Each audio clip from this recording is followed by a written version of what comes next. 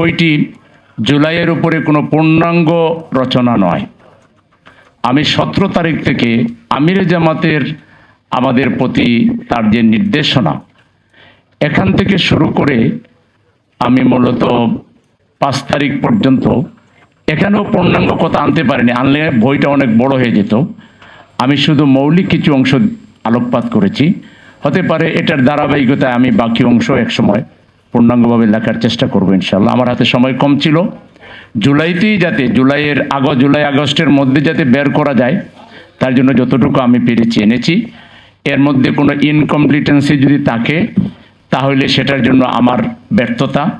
অবশ্যই পরবর্তী সংস্করণে পূর্ণাঙ্গভাবে আমি এটাকে রচনা করার চেষ্টা করব। আর দ্বিতীয় হলো, গত 1 দশক থেকে ঢাকা মহানগরীতে আমাকে জামাতের প্রার্থী হিসেবে পরিচয় করে দেওয়া হচ্ছে। 2017 সাল থেকে, যখন থেকে আমাকে মেয়র প্রার্থী হিসেবে পরিচয় করানো হচ্ছে, তখন থেকে আমি ঢাকাকে নিয়ে খুব স্টাডি করতেছি যে বাস্তবে যদি সেরকম একটা অবস্থার আমার মুখোমুখি হতে হয়, তাহলে সেই জন্য শুধু গলাবাজি না হয়, বাস্তবে ঢাকাকে আমি কেমনভাবে দেখতে চাই, তার কিছু রচনা, বিভিন্ন সময়ের বিভিন্ন রচনা সহ আমার এই বইতে আমি লিখেছি। আর ইদানিংকালে যেগুলো আমি করছি সেটা দিয়ে আলাদা একটা বই আমি আবার খুব শীঘ্রই বের করব। এগুলো আমাদের মূলত 17 সাল থেকে 22 সাল পর্যন্ত আমি যেসব লেখা লিখেছি, সেই লেখাগুলো, আমার কথাগুলো, আমার চিন্তাগুলো এখানে ফুটাই তোলার চেষ্টা করেছি।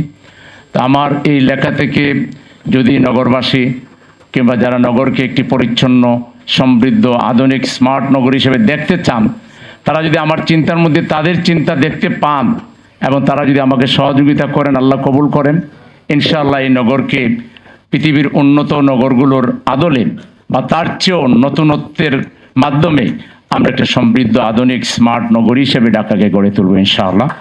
আল্লাহ যেন সেই তৌফিক আমাদেরকে দেন। আপনাদের কাছে দোয়া চাই, সহযোগিতা চাই।